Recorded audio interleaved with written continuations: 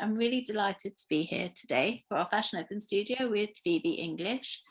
It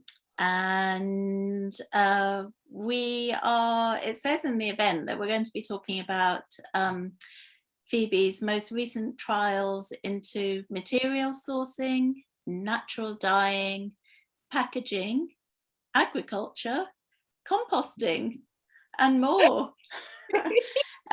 So we've got lots to get through, Phoebe.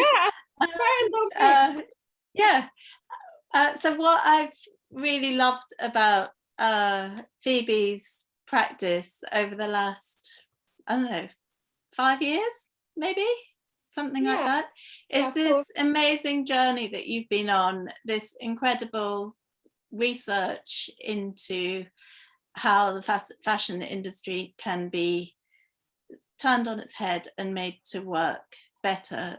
And you've done this obviously from your perspective as a designer, and recently you've been really sharing your the lessons that you've learned and your research with others in the industry and with students that you're teaching in a very open, transparent way. And I think this has been really inspiring. So yeah, how did it start? Why did you decide to switch the way that you were working? I mean, I can't imagine you were ever being, that impactful on the environment, but you obviously felt as though things needed to change. Yeah, it's really hard to think about when it first started, and also I'm not in any way, just as a disclaimer, I'm not an expert at all. I'm just a practitioner who's been trying some different things, so I'll try my best to kind of share them with you in case they're interesting. I think it kind of stemmed from a feeling of powerlessness and quite deep anxiety, and probably quite a lot of grief for the realizations I was having about the climate emergency. I began to understand what the situation was, and I began to realize that the world I thought we were living in wasn't that, and actually we were living in quite a dangerous situation, and that the job that I did on a daily basis, although tiny, like minuscule sized compared to the industry as a whole, I was still taking part in the fashion industry every day.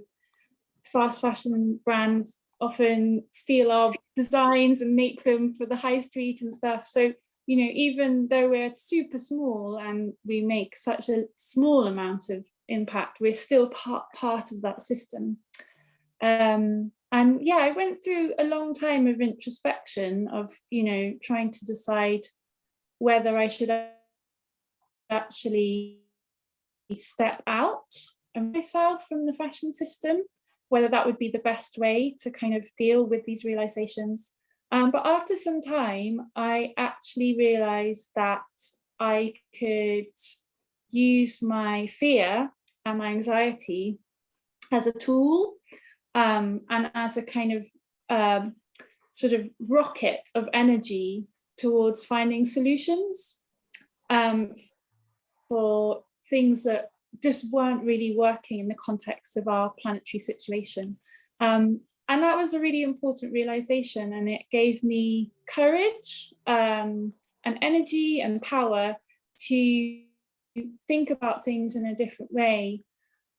I was feeling really upset and stressed that huge nations were dropping out of Paris climate agreements and removing themselves, and really dangerous kind of political parties were coming to power all over the world. And I can't control those things. I'm one person, and that made me feel powerless, but I could control what came into the studio, how I used it, and I could control what left the studio. So I guess recognizing that I had powerlessness over some of the bigger things kind of gave me energy to take more action and more responsibility about the smaller things that I could control. And that gave me a sense of purpose, a really, really strong sense of purpose. And I came into the studio one day after having this kind of couple of months of conversations with people and realizations and on watching documentaries and reading things. And I said, you know, today is the beginning of the war on plastic in the studio. That's where we're going to start. And I had no idea where it was going to go, if it was going to make any difference, if anyone was going to care, or if it was going to do anything at all. But I just felt like I had to do something. I had to do one. If I could just do one thing, and then maybe if I could do another thing and another thing and another thing after that, then maybe I might get somewhere. I didn't really know where I was going with it, and I still, to a large extent, don't. But I felt like I needed to start moving, and the more that we move, and the more that we learn, and the more that we communicate and share things, I felt was going to be the way that could help me cope with the realities of the situation. See, I think that's what's really interesting about, and actually a lot of the events that we've been, and designers that we've been talking to this week during Fashion Open Studio, is that, you know, you're very active people and you're problem solvers. And, you know, it's really interesting to see what you were all doing individually, you know, to try and change things. I mean, even from, I know that you did a lot of work around packaging and waste, and which would be interesting if you could share how that's going. I think you have you eliminated, I'm sure you've eliminated single-use plastic? Yeah, so I didn't know really where to start. I hadn't had any sustainability education in my fashion education. We don't have any money to kind of employ a sustainability consultant to come in and tell us what to do. So we were kind of just learning and kind of hoping that we could sort of figure things out ourselves. And I thought a really good place to start would be with a small thing. So with this thing, which makes me a bit ill to kind of show you, but this is just a plastic bag, you know, and this is general practice. You know, the reason I was using this is because this is what everybody else used, and I kind of identified quite early on. Thank you. It's made my day. Thank you. Oh. Sorry. Hello. Thank you. Oh, sorry. Hi everybody. Hi. Sorry, lots of you have just come in. I'm really sorry if you've had a horrible wait and a stressful journey getting here. But thank you all for joining. We did start a little bit late, but we're just yeah, thanks for joining. And if you wouldn't mind just muting while you're here. Yeah, Phoebe's here and she's talking about plastic bags. Yeah. Sorry, back to you, Phoebe. Yeah, sorry. We had a flurry of people. Yeah, so I was like, I don't know anything. I don't know where to start. So I thought I'd start with a plastic bag. And, you know, this was like general use. It's what other fashion designers that I knew used. So I used it as well. And it was kind of a symbol of an inherited practice. You know, I'd inherited it from other people. And actually, I think what I realized we needed to be doing was thinking about things we could disinherit and maybe some values and some materials we could re-inherit. And it took us a really long time to find a replacement for that.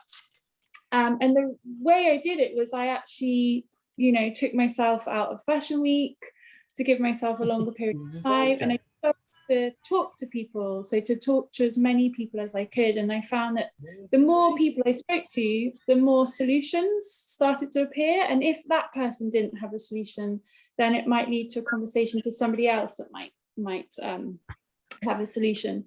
So the way we actually found the bags we use now is actually through my aunt, who's obviously from a different generation from me. And, you know, I was talking to her about, you know, 3 months trying to find a replacement for this bag. And she mentioned that in the 70s, all the dry cleaning companies in London had used paper bags to put the shirts in.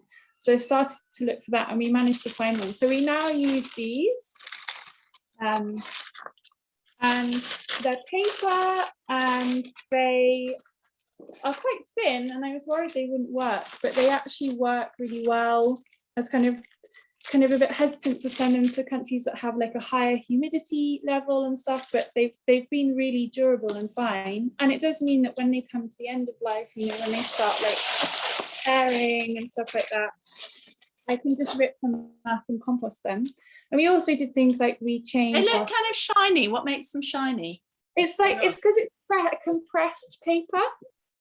So it gives itself a sheen. So we also do things like we found sellotapes and kind of replaced them with paper tapes, and even coat hangers that we were sending things out with, we started to use cardboard rather than plastic ones. And that was just really simple things like sellotape and coat hangers and bags, but that took a huge amount of our time and our effort. And obviously, as a small company, a lot of the solutions we were finding were like new technologies, and they might have had huge minimum quantity orders. So it took us a long time to find things we could afford and we could access as a small business. But we really just kept going, and we managed to replace it. And that kind of feeling of just replacing like this with this was just such an addictive feeling. It just felt like such a small thing, but it felt like a really significant thing. And it just gave us a kind of addiction to finding solutions. So we just, it's such a, but it's also, sorry, it's also just seems much more kind of chic, that I know, the paper packaging. It's very, I mean, it's much more Phoebe English than plastic it's bags. beautiful actually. Yeah, they are really nice. And I think that's the thing is, you know, some of these things we use as a business perform temporary performances. They have a temporary purpose.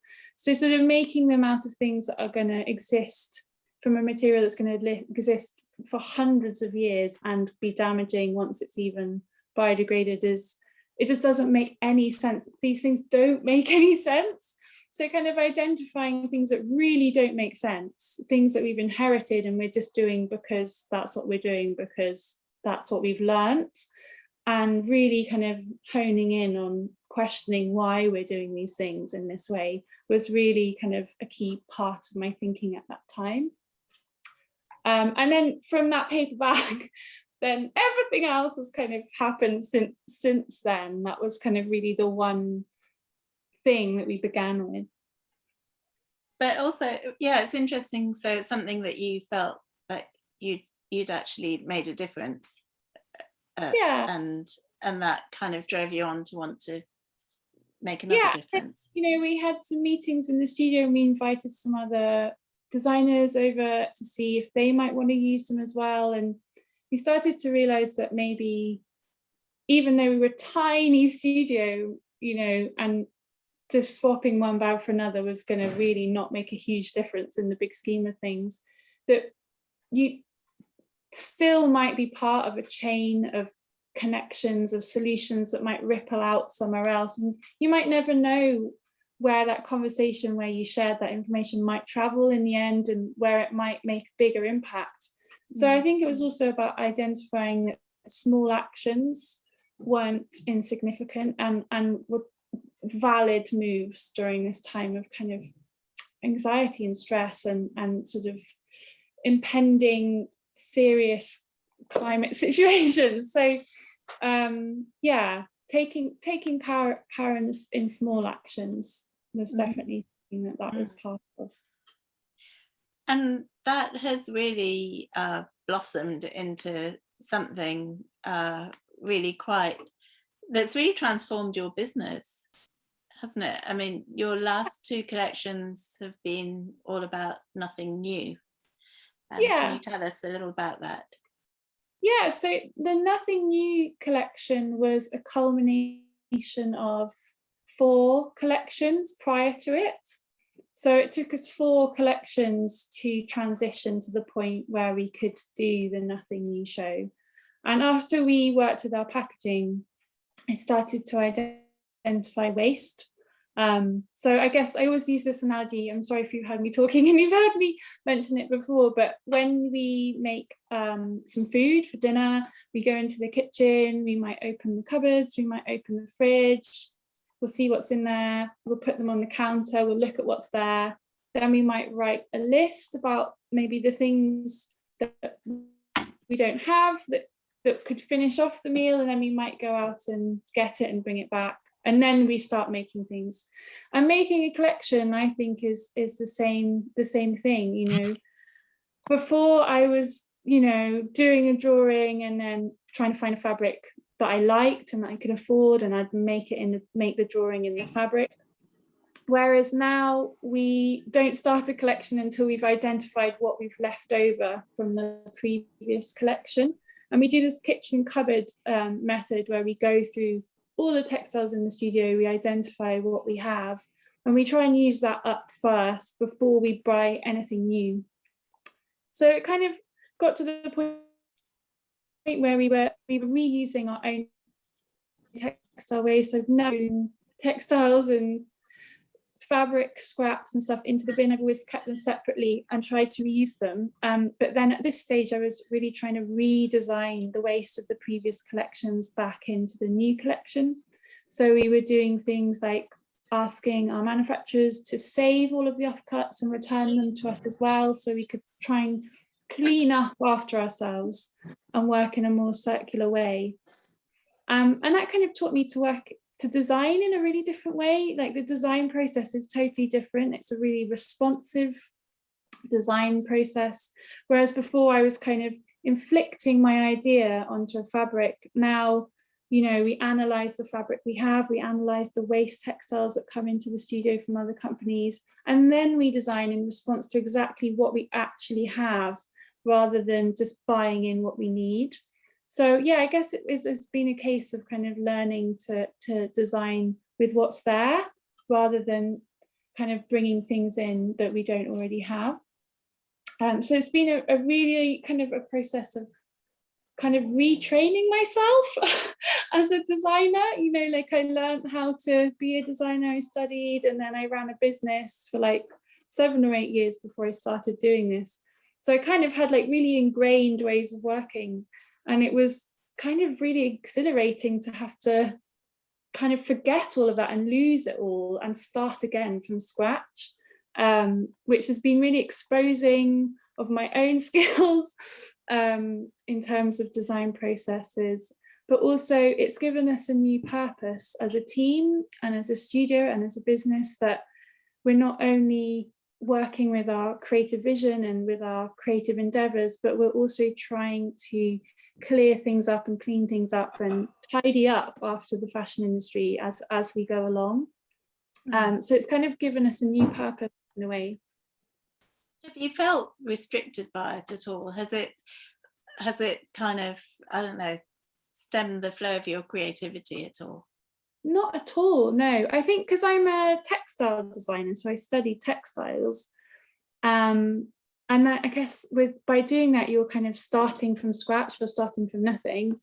So I kind of already had it in me, and I never really responded that well to referential design processes. So like getting a picture that you're inspired by, drawing a sketch of the thing you're inspired by, and then making the thing from the drawing. I never really worked with that process that well. I was always like making things with my hand and draping them on the stand or draping them on a friend or something.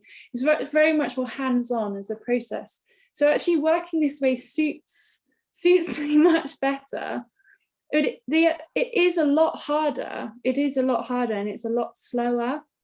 But I feel the more we do it, the more it becomes habit, and we become better at it and more efficient at it. And, you know, we expand our kind of database of where we can access this type of waste textile from. And when the garments leave the studio to go to their new home or go to their customer, or if they're going to a rental platform or something like that, you know, it feels much more satisfying to send them out knowing that they've been made from something that would have ended up in landfill or would have been incinerated or would have just been sat in the warehouse for the next kind of couple of decades or whatever. So it's a different feeling and it's a different process, but it's a really satisfying one, and I feel like it's led the design into areas where maybe I wouldn't have gone if I wasn't working in this way. So it's been such as what? So like, you know, I'm not like a colour person. I do a lot of monochrome and stuff. You know, more recently we've been kind of really trying to learn and educate ourselves about the chemical content of clothing, keeping in mind that we wear them on our skin, and our skin is our largest organ of our body. You know, do we really know what effect that's going to have on us and stuff if it's not safe dye? So kind of taking it all the way back to not only finding you know, waste textiles or textiles that's not being used and imbuing it with a new life with natural dyes and natural colour. So that's been an area I'd never have thought we would ever use, because the pace of fashion has always been so fast, and working in that way has never really seemed a viable way of working. But I think along the way of working in this way, I've felt more confident to step out of the things that aren't supporting that outlook and aren't supporting that practice. So making 4 collections a year in this way isn't practical, it's not going to work, and so we sort of cut everything down to doing 2 collections, and now we're looking at maybe just doing 1 each year. So we have a full 12 months to fully research and really carefully put these clothes together, knowing that we've done the best we can with the time that we have, rather than just rushing things for the sake of creative expression. So the idea was to do more by doing a lot less. How does that work in terms of business? Can you sustain your team doing that yourself? Well, hopefully, I hope we can. You know, I think it's time to take risks and see if these things work. And it does really feel quite drastic to remove myself from fashion weeks and not go to sales and things like that, you know, things I've been doing for like 10 years.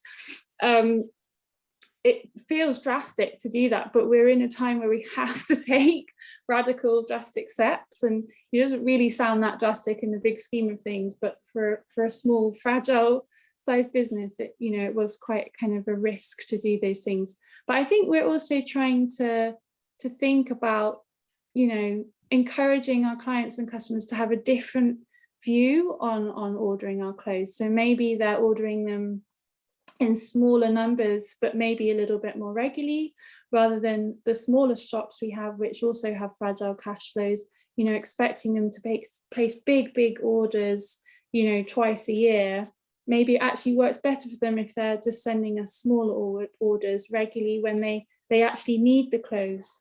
So it's also been a process of kind of communicating to people and letting them know that we will work in that way, and we do work in that way, and we regularly will restock. And, you know, if you need just 3 items of clothing, we will make that for you. You don't have to put it as part of a massive, huge order. And kind of responding to what people are asking for rather than what people think they want, if that makes sense.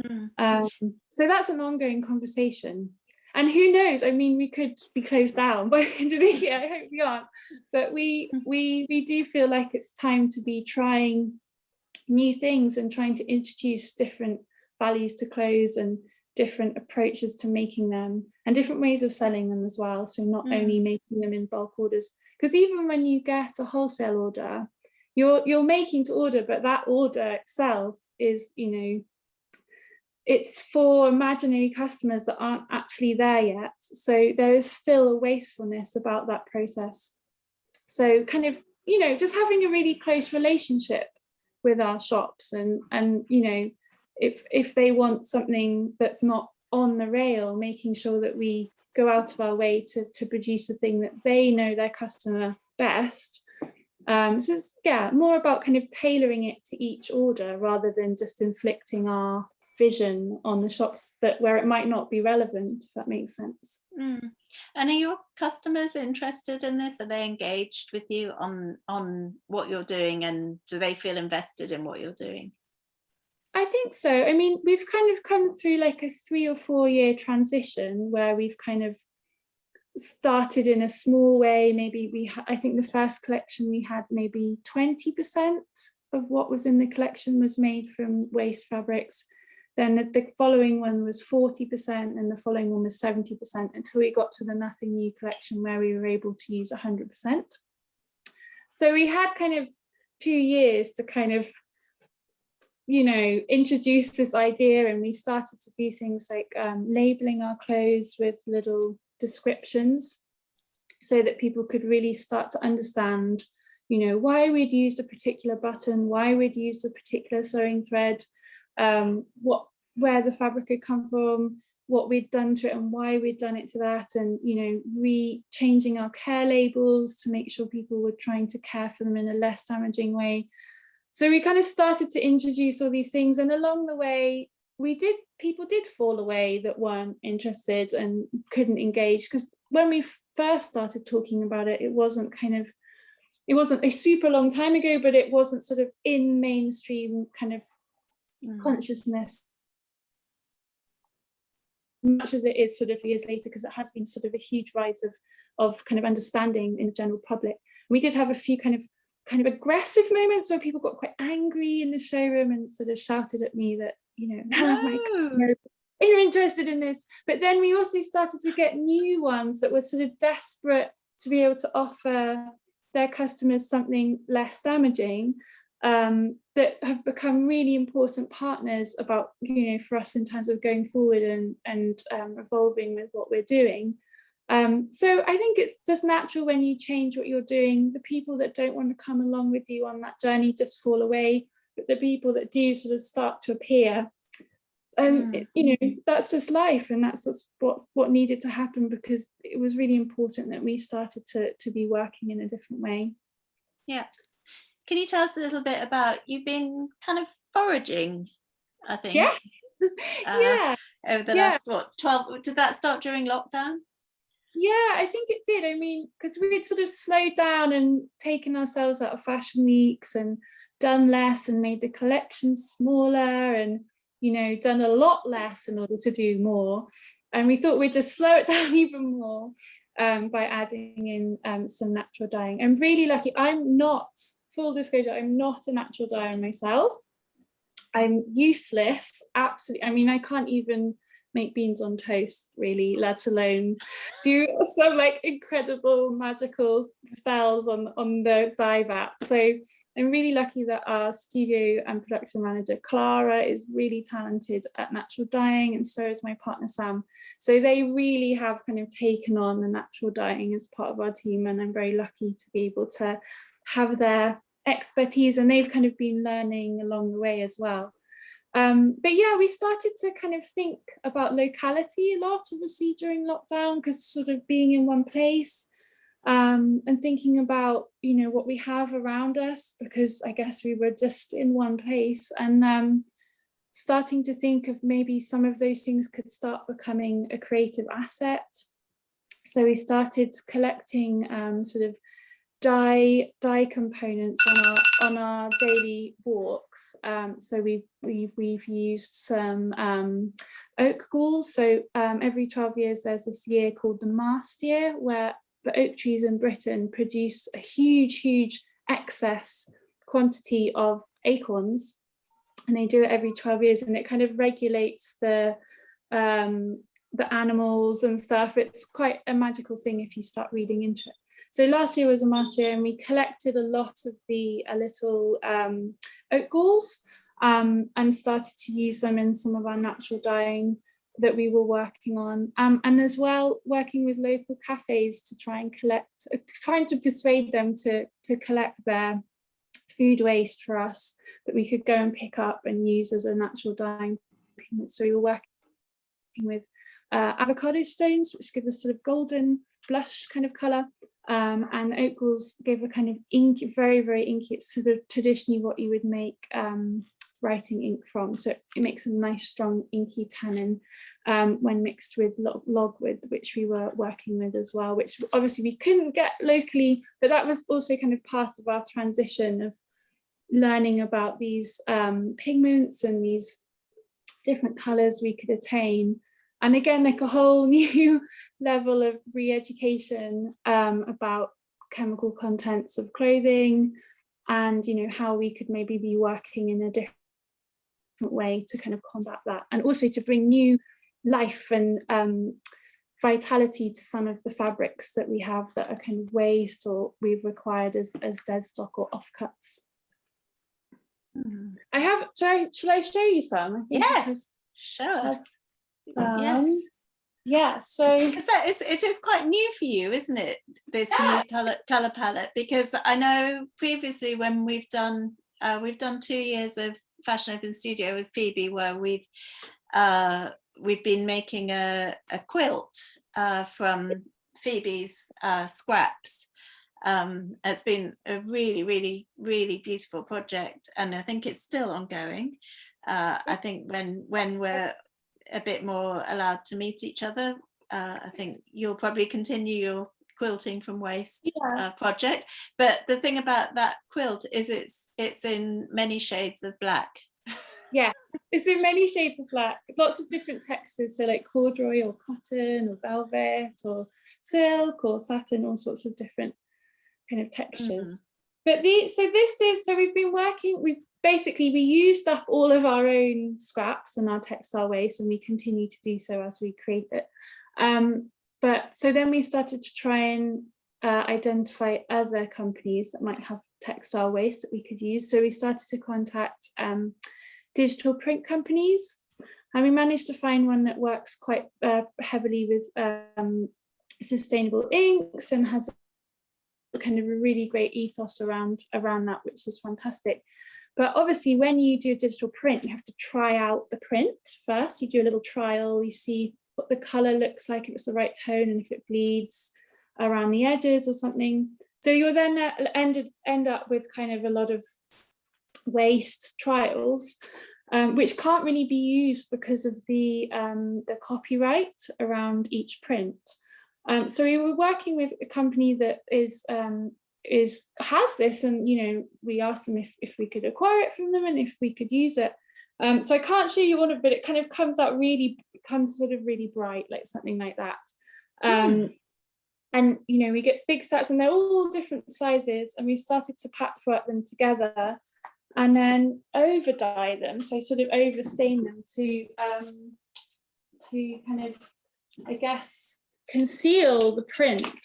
You might not be able to see that well on here, but this is kind of an overstained silk dress. So this is using the oak wool and the logwood, and it kind of stains it like an inky color, but you can still see some of the prints through a few elements of the shape. So you have a slight ghostliness of the print that was previously there. And then this is one of the jackets, which is done. This is a silk linen surplus fabric that we've done with the avocado dye. So you can kind of see the colors. It's a bit overcast in here, so it's not that bright, but yeah, that was a really interesting. Yeah. And we're kind of we've been working on kind of doing the next stage of that over the last couple of months. So hopefully there'll be more to show you next time we speak. And so those avocado dyes, that's all from food waste from local food businesses. Yeah. And it takes a while when you're working like this and you're kind of approaching other companies. Sono ancora incastrato, non mi libero prima. It takes a while to kind of find the right partners. Some cafes I'd go into and they'd just sort of laugh at me and they weren't very responsive. And then sometimes, you'd get cafes that were really like, yes, that's great that it can be used rather than thrown away. So again, it's just been about finding the right people. Not everyone it's not a priority to everyone to clean up their waste as they go. So, or reuse it as they go. So it's kind of just a case of like just ringing and calling and mailing and just seeing if you can find people that have, you know, have wanted to kind of have the same values and the same visions and stuff, and kind of It's building interesting that you can network. almost you can provide a service actually to other businesses in that way. Yeah, so we've just started working with the cafe across the road, who's now leaving their composting, their coffee grounds out for us, so that's can now be added to our studio compost. Yeah, so just kind of finding these new connections, and that's quite an exciting way to work. Doing it in a different way than we did it before. Before we just had a big database of fabric suppliers, and we just email them and do a reference to the color swatch on the card, and that was kind of the most interaction we kind of had. And now it's kind of our whole working weeks kind of activities go into sourcing the fabrics and developing them. So it's a really different way to work for us, but it's so much more rewarding and it's more exciting as well. Are you worried about running out of feedstock fabrics? Yeah, my mum asked me that, and then I kind of was like, it's really sad, but I just don't think there'll ever be, the statistics are so vast, it's such a huge industry. It's an industry that's kind of bigger than any of us can actually physically comprehend in our own human minds. And it's just there's vast amounts of waste, and I think we will always be able to source some, and we'll have to shift and change and develop as we go. And yeah, for those collections, we endeavoured to do, to make the whole collections from nothing new, from waste fabrics from other studios around London. But we are also buying new fabrics, but that's kind of really maybe like one or two different types of fabrics which we might have to use for lining, or the buttons, those are new, those are not secondhand. So there are elements of newness that we do use and we do bring in, but those, the intention and the aim of those collections was nothing new. So it's been a case of kind of working out how it can actually work as a business and as a creative endeavor and as a tidying up along the way kind of tool, and also like just listening and learning and starting realizing it didn't work, and turning around and doing it all over again in a different way. And there's lots of trials and tribulations and failures, loads and loads of failures, but I feel like we have a clearer kind of direction and a clearer aim than we before, which makes it. Sorry. Has there been a point where you have thought, no, this is just too hard, and actually I'm just contributing to the problems and I'm going to go and do something else? It is very hard. I mean, it's hard. Just to run a small business is really hard, especially in a city like London, which is extremely expensive. It's a difficult thing to do anyway. And working in this way is kind of, we're making it harder for ourselves. But then there are lots of elements of it that are working really well. We have a really appreciative kind of client base, are really enthusiastic and supportive of the things that we're working on, which really kind of propels you along when you see that it kind of resonates in other people and it means stuff to them as well. But yeah, it's hard. And I've spent 10 years wondering if I should stop doing it because it's really hard. It's just a really hard business. But I feel like we're spending a lot of our time trying to make sure we're doing it in a better way. And we've still got lots to learn and loads more to do. But I feel we're moving and we're trying to kind of keep moving and keep learning and keep motivated. Yeah. Has this year of dreadful pandemic, I mean, I know it's kept you really busy because you've been working making scrubs as well as trying to run your business. Has it accelerated the way that you're thinking about how your business runs and how you're changing the way that you're doing your business? I think I kind of went into a stasis. I think I went into a bit of a kind of burnout, and a bit of maybe a bit of shock. We'd done this really intensive EDN activity, and I think I kind of hit a bit of a wall. And I think at that time, I don't think I could have really had the energy to kind of think of new solutions and to have to bring energy to working, to going forwards. But I think it's such an extreme time. I kind of accepted that actually it was okay just to kind of drop off the radar and have some quiet time and just try and kind of have some time to try and process everything that was happening. So I think the first lockdown wasn't a lockdown for us because we were doing scrubs, 7 days a week for weeks on end. And it was quite an intense time. And I don't think I'd really had time to process what was happening. I was just trying to kind of help.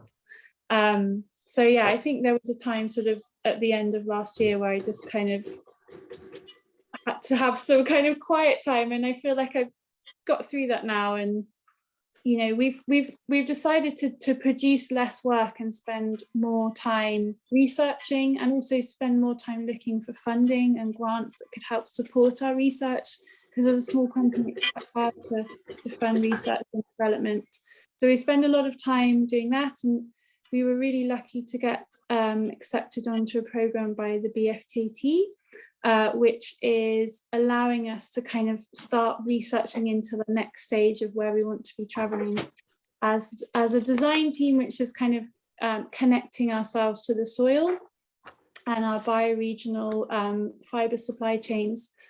So that's an ongoing project. We just presented the first half of it this morning, and then we've got another couple of months doing that, and that's really about kind of trying to not close the chain, but link the chain, because a fibre supply chain is a linear thing, and as a designer you're at one end, and as an agricultural practitioner you're at the other end, and the two never really meet. So this project's really about kind of having a tangible and emotional connection to where our fabric's grown and where it comes from, and then all of the processes, and trying to make that as regional as possible, so things are traveling the least distance in order to kind of reduce the carbon that is accrued in the supply chain. So this is a very embryotic project at the moment. We're kind of just at the halfway point, Wow, but yeah, I'm excited for where that's going. And at the same time, we've been... Sorry, Carrie. No, go on. No, go, you go. No, I just want to, are those farms in the UK, or are they, I mean, are they quite local?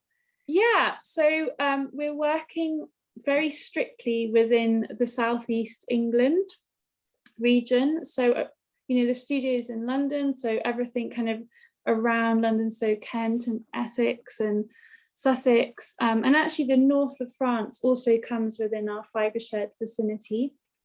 So that's been really interesting to know that the north of France is it's physically closer than like Newcastle or Scotland, so kind of in terms of distance we could also be working with that region as well, but it's also kind of really fascinating how little there is. There's just literally next to nothing. I think in the north west fibre shed there's a huge there's a much larger amount of supply chain there, whereas in the southeast it's very slim pickings, especially as we're trying to work with practitioners that are supporting regenerative agricultural practices. So there's a lot of gaps, but it's also really interesting to learn where the gaps are, so that if we get funding for another project, we could maybe start working into that as well. So yeah, it's been a process of learning, and also just sitting down and talking to farmers. It's I've been doing this for 10 years, and it's the first time I'm having conversations about acreage to tonnage. there's a huge vocabulary different, language barrier as well. So we're having to learn quite a lot, and just re-educate ourselves or educate ourselves from scratch from those kind of practices, because it's a completely different language, and there's and they don't really know where we're coming from all the time as well. So yeah, it's really a case of finding like a common thread, and both having the same intentions and being able to work that way. Great. We're going to run over just a few minutes just because we started a little bit late. Before I go to some questions, I just wanted to see if you would just share a little bit about some of the workshops that you've been doing, which I haven't attended any myself, but I've seen that you've been doing them and they just look really interesting, and that you're really sharing your best practice with anybody who wants to attend. Yeah, so we did 4 in January, just as we went into another lockdown, and I guess it was a kind of a way to be together. We always usually invite lots of people into the studio, and we can show people and share things with people. But obviously now we're kind of have been separated, it's kind of harder to do that. So we thought we'd take it online. So yeah, we did 4. One was just based on drawing and the joy of drawing, so it wasn't really kind of sustainability minded. And then we did a workshop on, I think, on textiles and waste, textiles, fabric choices, so like certifications, and zero waste pattern cutting. So there's like 4 different ones to show, kind of just to share what we've been doing, because it might be useful to people, it might not be useful for people. There's some areas of fashion which maybe it might not be applicable to, where it's bigger companies. But we just thought the more we talk and the more we share, maybe the more we go forward in a better way. So that was kind of what that was about. And it was really nice actually to connect with people during that time, because it was very dark winter, and not very nice to be all separated from each other. So it was kind of, it felt like we were together even though we were separate. But yeah, we're hoping to do those again. We're kind of getting used to the studio being open again now, so maybe sort of towards the end of the year we'll have a rethink about doing some more, because it meant people that normally couldn't come were able to come. So we had people from lots of different parts of the world, which was really touching and lovely. So yeah, I think it's something that we would do again. Yeah, great.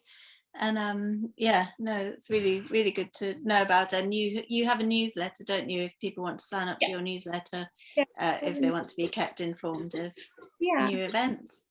Fantastic. And I wanted to show you this quickly. This is my my proudest creative output in the last year. So this is a small jar of our studio soil.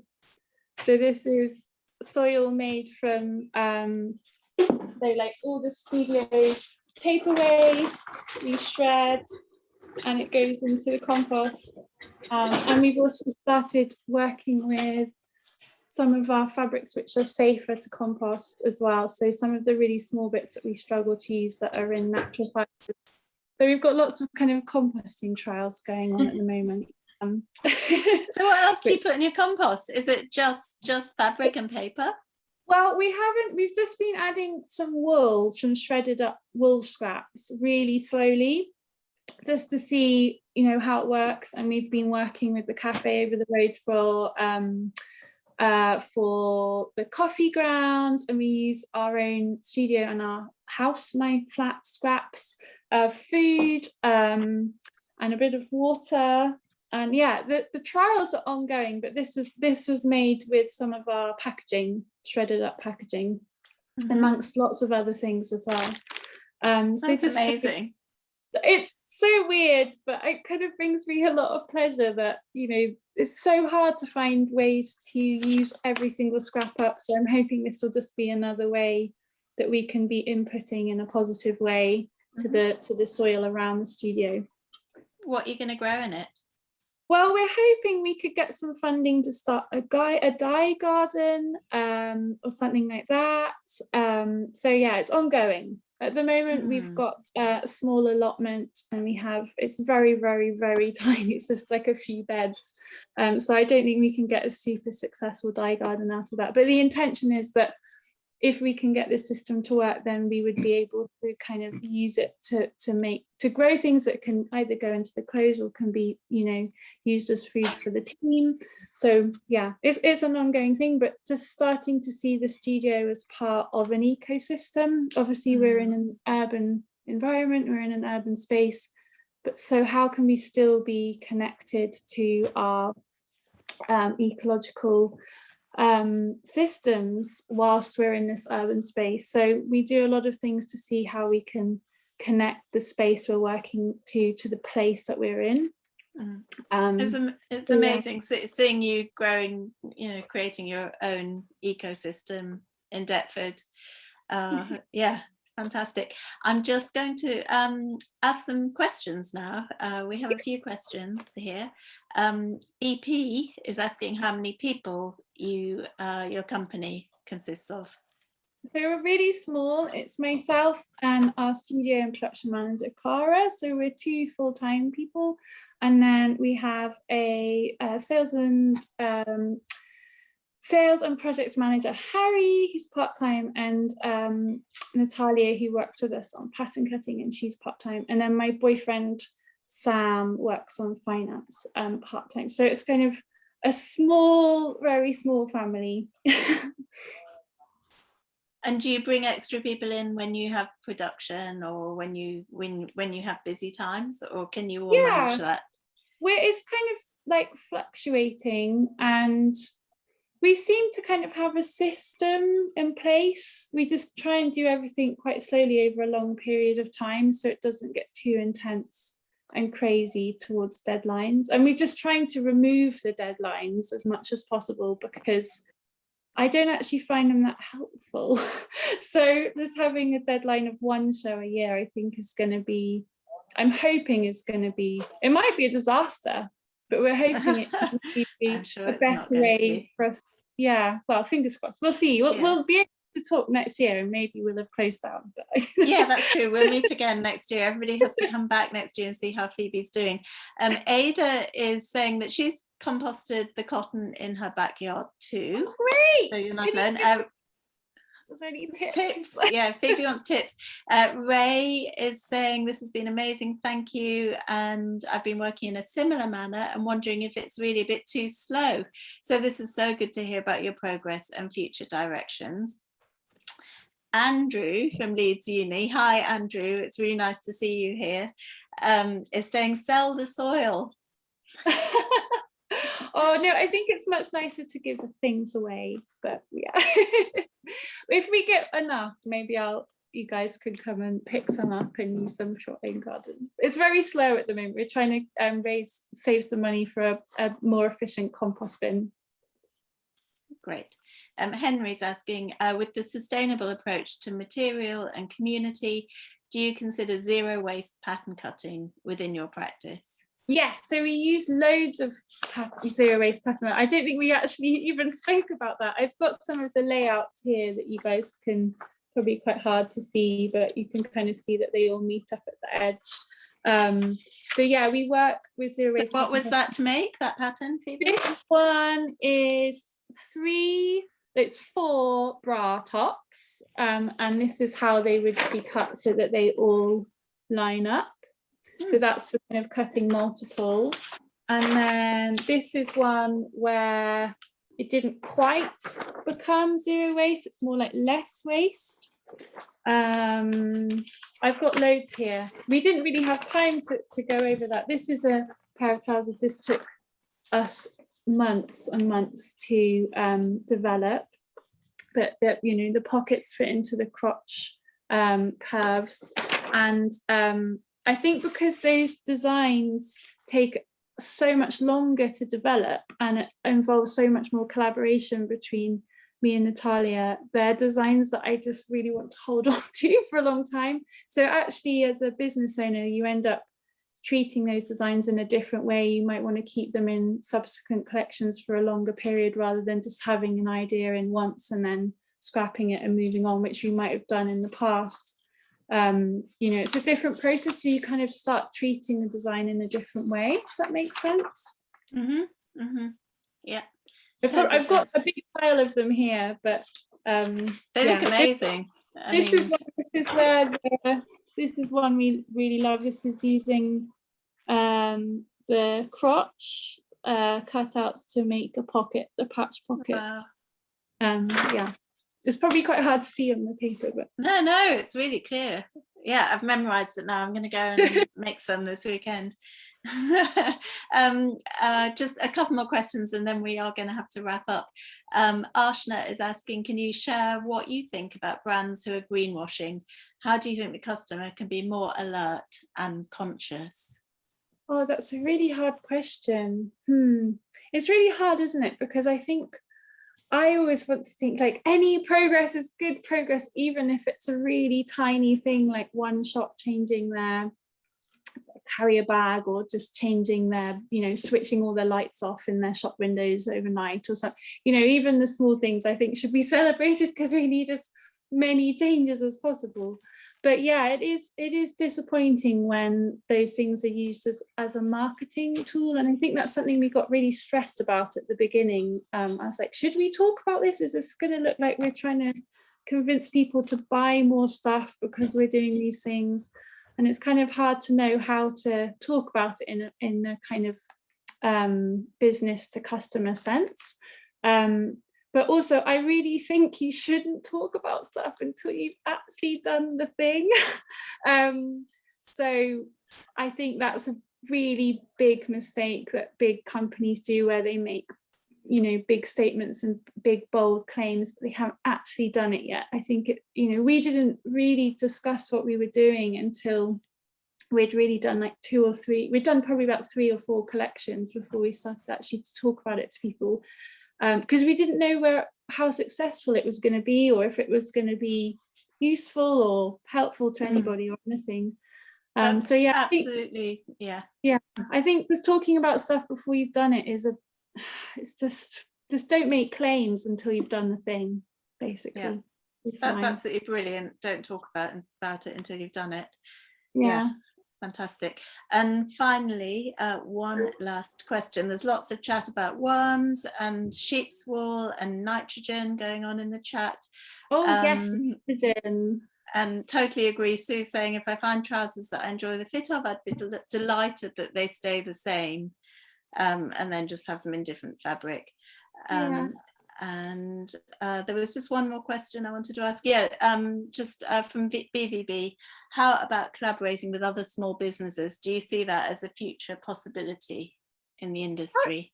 Yeah, that's an interesting one. It's actually something I really wanted to do for the start of this for the end of last year. I was like, I'd written a list of all these other small businesses I wanted to see. I wanted to do a collection so that every look in the collection was with a different design studio, and it was like a big collaboration of creativity and different kind of design approaches and stuff.